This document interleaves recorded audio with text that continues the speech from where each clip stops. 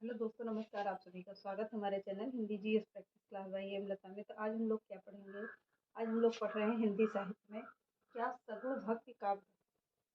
सगुण भक्ति काव्य का मतलब होता है क्या?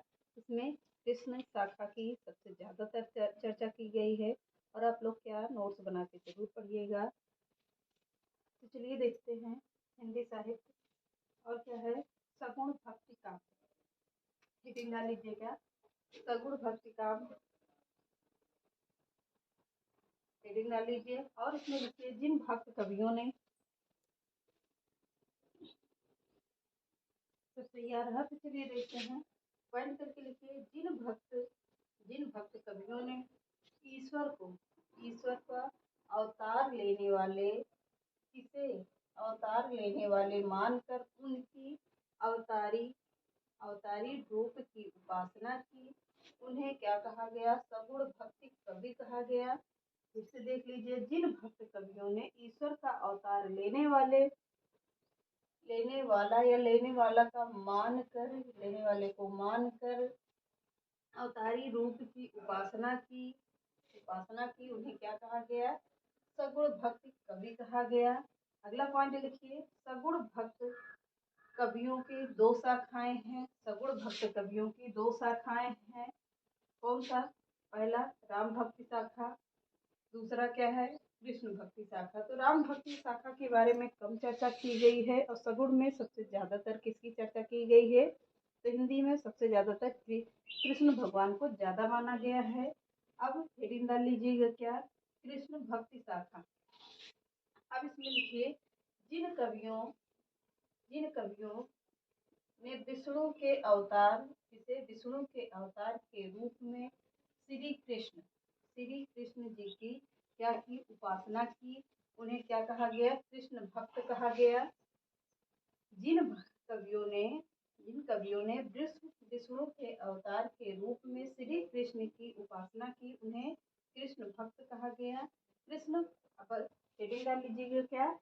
कृष्ण भक्ति का विकास। तो कृष्ण भक्ति का विकास कब हुआ, कहाँ से हुआ? तो चलिए देखते हैं कृष्ण भक्ति का विकास। पहला पॉइंट करके लिखिए, श्री कृष्ण जी का पहला साक्ष्य कहाँ पर मिलता है? वेदों में मिलता है। श्री कृष्ण भगवान का कि श्री कृष्ण भगवान यहाँ धरती पर हैं, आए थे, अवतार लिए थे और उन्हें क्या कहा गया? इसमें मिलता है, वेदों में मिलता है। श्री कृष्ण साक्ष्य कहाँ पर मिलता है? तो श्री कृष्ण भगवान जी का पहला साक्ष्य वेद में मिलता है। कहाँ पर मिलता है? अगर कंपटीशन में सवाल आता है कि श्री कृष्ण भगवान का साक्ष्य कहाँ मिलता है, तो आप लोग क्या बताएंगे? वेद में मिलता है। पहला साक्ष्य वेद में मिलता है श्री कृष्ण भगवान का इसमें। तो अगला पॉइंट लिखिए, ऋग्वेद के कुछ मंत्रों के रचयिता किसे माना जाता है? ऋषि कृष्ण को माना जाता है। आप क्या कह रहे हैं कि ऋषि कृष्ण भी थे? ऋषि जो थे कृष्ण भी थे। अब यही बात इसमें कही गई है क्या? ऋग्वेद के कुछ मंत्रों में भगवान श्री को ऋषि भी कहा गया है। ऋषि मंत्रों के रचयिता ऋषि कृष्ण को माना गया है। अब तीसरा पॉइंट लिखिएगा, कौशिकी ब्राह्मण में अंगिरस के शिष्य कृष्ण का वर्णन है। किसके? अंगिरस श्री कृष्ण का वर्णन है। छांदोग्य उपनिषद में घोर अंगिरस का, किसका? घोर अंगिरस के शिष्य कृष्ण, घोर अंगिरस के शिष्य श्री कृष्ण का वर्णन है। श्री कृष्ण भगवान का वर्णन है, वही कृष्ण है, इन्हें अलग अलग नामों से पुकारा गया है। तो चलिए आगे हेडिंग डालकर लिखिएगा, पॉइंट करके इसमें स्क्रीनशॉट लीजिए, फिर आगे बढ़ते हैं।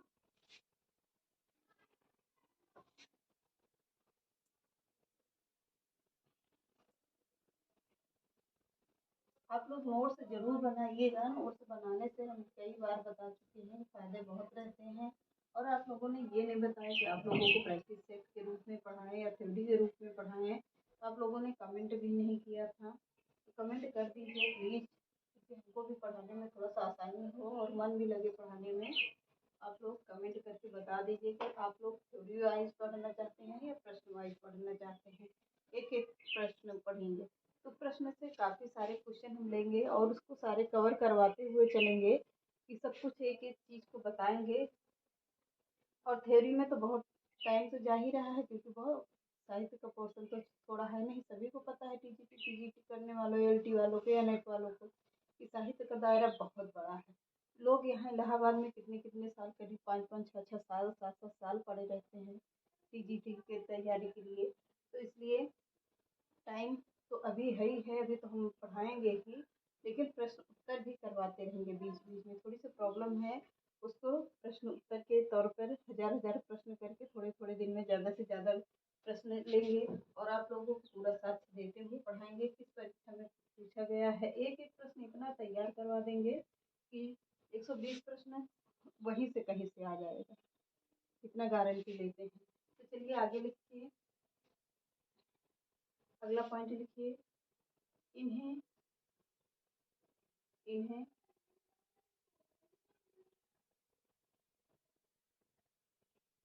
देवकी का पुत्र बताया गया है। देवकी का पुत्र बताया गया है।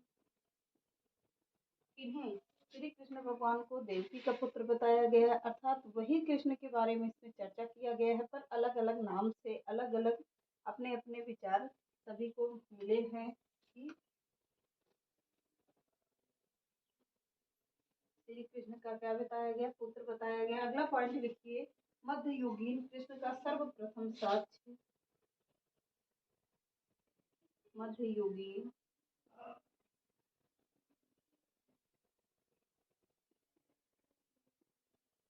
कृष्ण का सर्वप्रथम साक्ष्य, सर्वप्रथम साक्ष्य कहाँ पर मिलता है, महाभारत में मिलता है। महाभारत, महाभारत में मिलता है।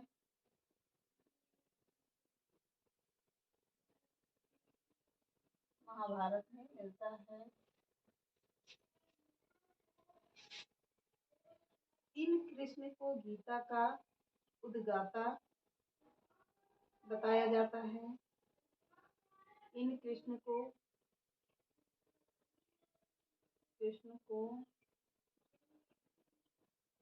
गीता का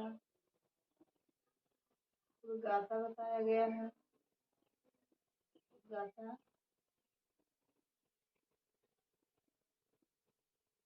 बताया गया है। इसे इन कृष्ण को गीता का उद्गाता बताया गया है। गीता का उद्गाता का मतलब इसमें राधा का वर्णन नहीं मिलता है। गीता में क्या है, इसमें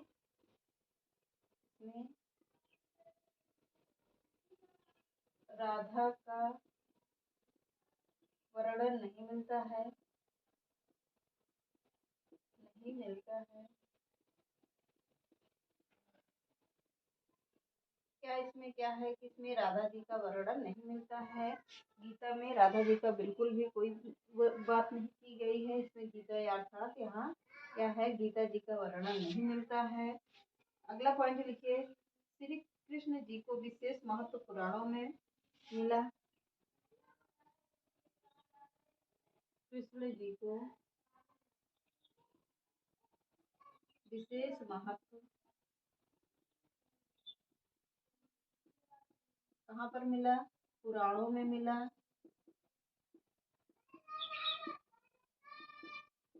पुराणों में मिला। भागवत पुराण, विष्णु पुराण, कौन कौन सा, भागवत पुराण,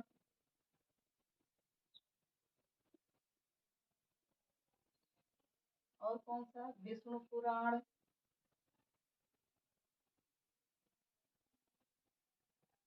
भागवत पुराण, विष्णु पुराण, हरिवंश पुराण, हरिवंश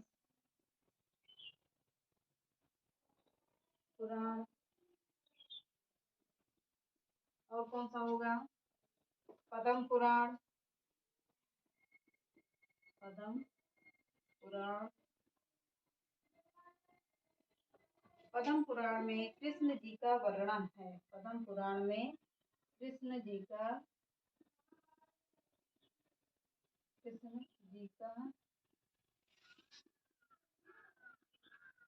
वर्णन है।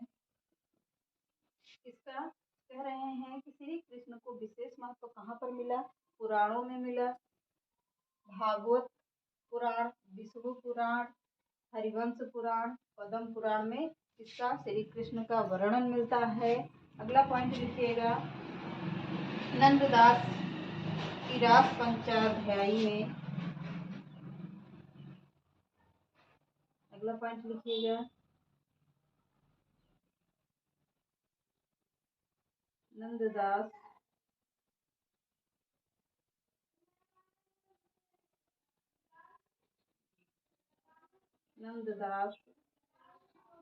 की इसमें पंचाध्यायी में भी राधा जी का वर्णन नहीं मिलता है। इसका राधा जी का वर्णन नहीं मिलता है। अगला पॉइंट लिखिए, संस्कृत साहित्य में सर्वप्रथम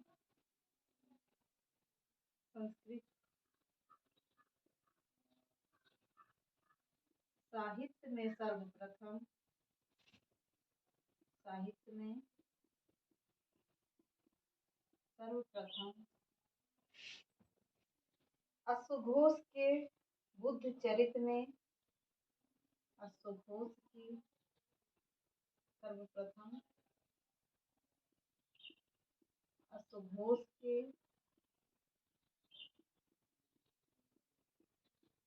बुद्ध चरित,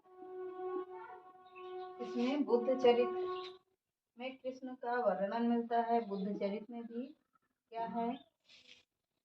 कृष्ण जी का वर्णन मिलता है। कृष्ण जी का वर्णन मिलता है।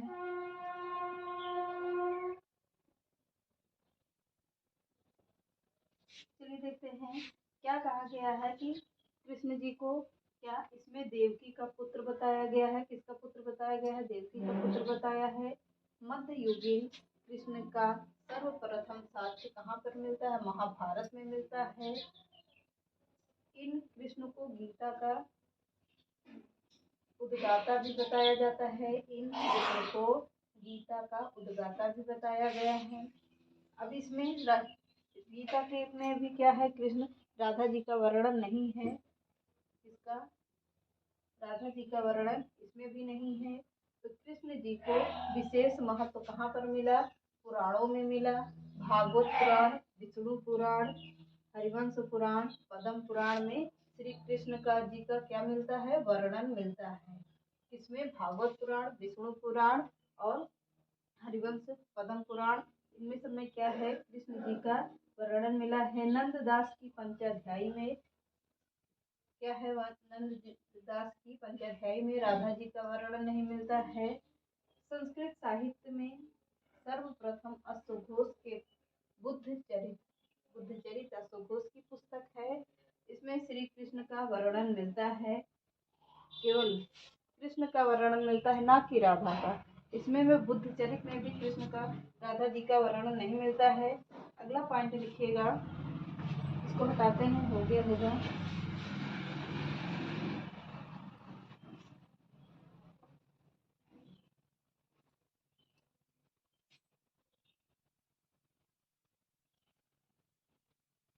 जयदेव के गीत गोविंद में, अगला पॉइंट,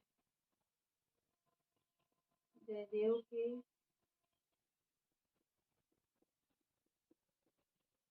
गीत गोविंद में कृष्ण की सरस लीलाओं का वर्णन है। कृष्ण के यानी कि सरस का मतलब सारी लीलाओं का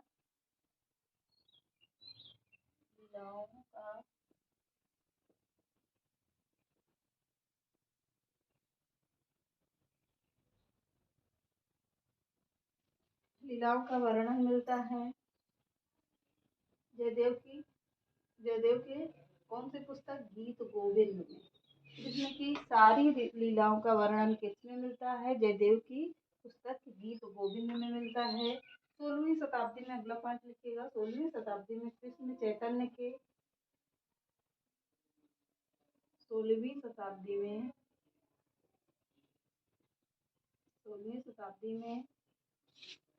कृष्ण चैतन्य के शिष्य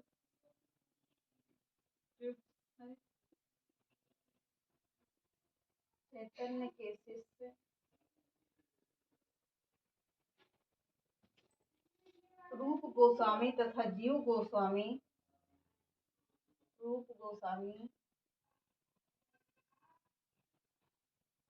तथा जीव गोस्वामी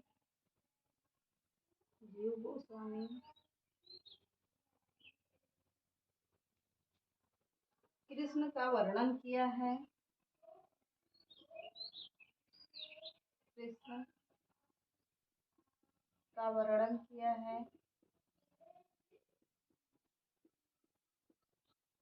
अगला पॉइंट लिखिएगा, रूप गोस्वामी। इम्पोर्टेंट पॉइंट है, यहाँ से प्रश्न बनते हैं इसलिए लिख दिया, इम्पोर्टेंट है। रूप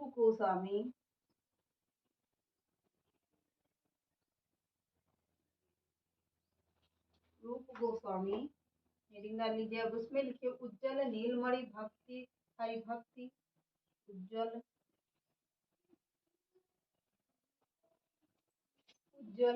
नीलमणि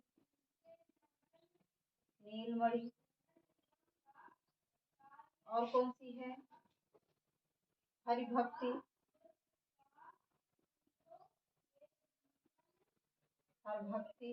रसामृत सिंधु।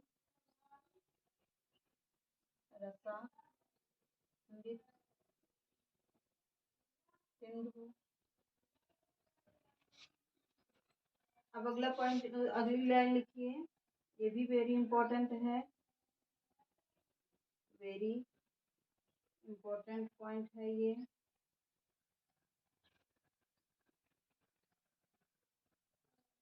क्या है? जीव गोस्वामी में भगवत संदर्भ है।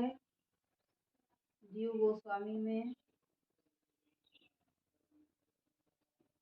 क्या है? भगवत संदर्भ दिया गया है। भगवत संदर्भ है।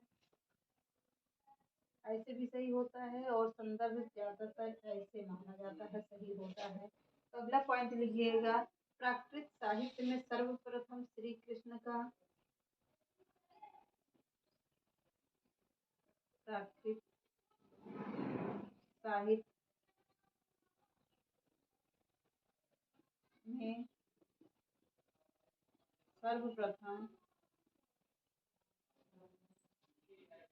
कृष्ण का वर्णन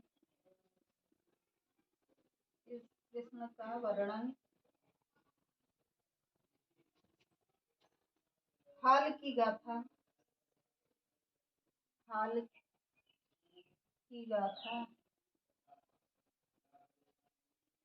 किसकी है? हाल की, एक राइटर है। हाल की गाथा सतसई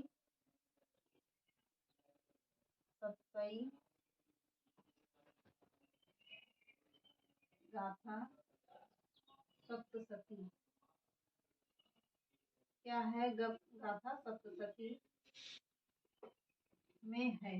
इसमें गाथा सप्तशती में किया गया है।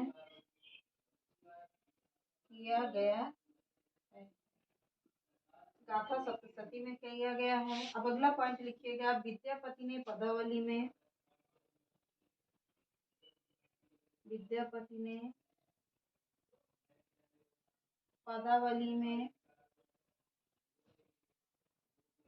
कृष्ण की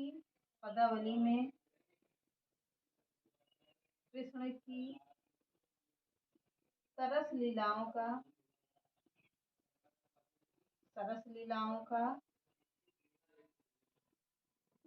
सारी लीलाओं का गान किया है। का दान किया है।